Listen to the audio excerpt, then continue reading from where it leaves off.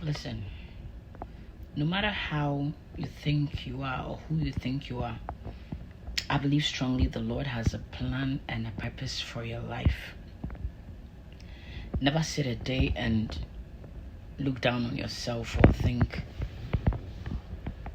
God is almost bypassing you all the time. You're watching me and you're wondering sometimes your purpose of existence, and sometimes you wonder, why am I here? And why is it that everybody is becoming what they've become and I'm still here observing from afar? From today, I want you to have a different perception or perspective of our life. That God does things in His own time. The Bible says in its time, He makes all things beautiful. That means there's a time and a season for everything and for everybody. And I believe strongly that no matter how long it takes, your season will come. The Bible says, though it tarries, yet it shall come to pass. The problem is not, the tarrying, but the ability to wait on God, the ability to wait when you're not seeing any signs or symptoms of the blessings of God, the ability to be patient in waiting. The Bible says that, when you wait, when you go through suffering and challenges, it builds your ability to have patience, and it builds your tolerance level. It gives you the ability to gain faith, because in your waiting, you're not only waiting, observing, but then you're waiting on your knees in prayer and in fasting. The Bible says, they that wait upon the Lord shall renew their strength. In the course of you waiting, understand that God is also, perfecting you, is also molding you into His likeness, into what He wants you to become. It is very necessary. Many people don't know how to wait or how to go through the process.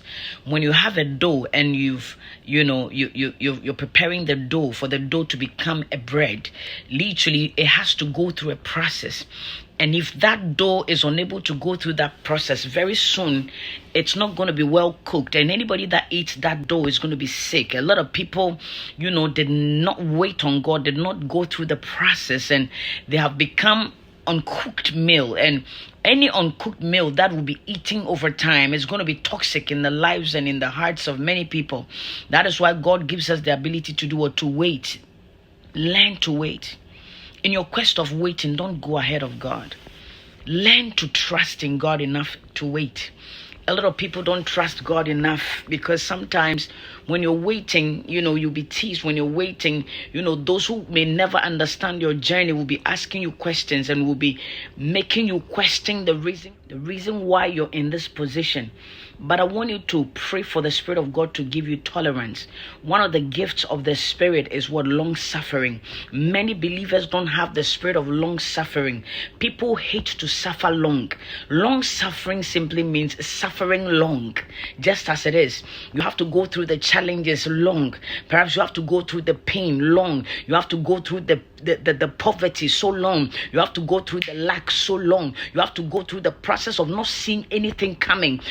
There's a saying that, there's a light at the end of the tunnel, but sometimes people get closer to the end of the tunnel and they still don't see no light, and so people begin to panic. In their quest of panicking, many give up. Many give up on themselves. Many give up on their visions. Many gives up on their purposes and their destinies, and many even give up on God, because perhaps it has waited so long. And the moment they give up, many people hate to suffer so long, and the moment they realize that, no, I can't suffer this long, they begin to give up. But you see, one of the fruit of the Spirit is long suffering. You need to learn to know how to do what? Suffer long. You need to go through the process. There's a saying that everybody says that, there's a light at the end of the tunnel. Beloved, hear me. There are certain tunnels that even as you get closer to the end of that tunnel, sometimes you don't see no light. But I want to challenge you tonight, this morning, this afternoon, that even whether you see light or no light, whether you can feel the presence of the power of God or not, whether you see the blessing coming or not, learn to wait on God. Learn to trust in Him. Learn to depend on Him. Learn to wait. It doesn't matter how long it takes, for it's only those that wait upon the Lord that's whose strength will be renewed. Many can wait on themselves. Many perhaps will get to the stage and just give up, and they will not see the glory of God. But if you want to see the glory of God, learn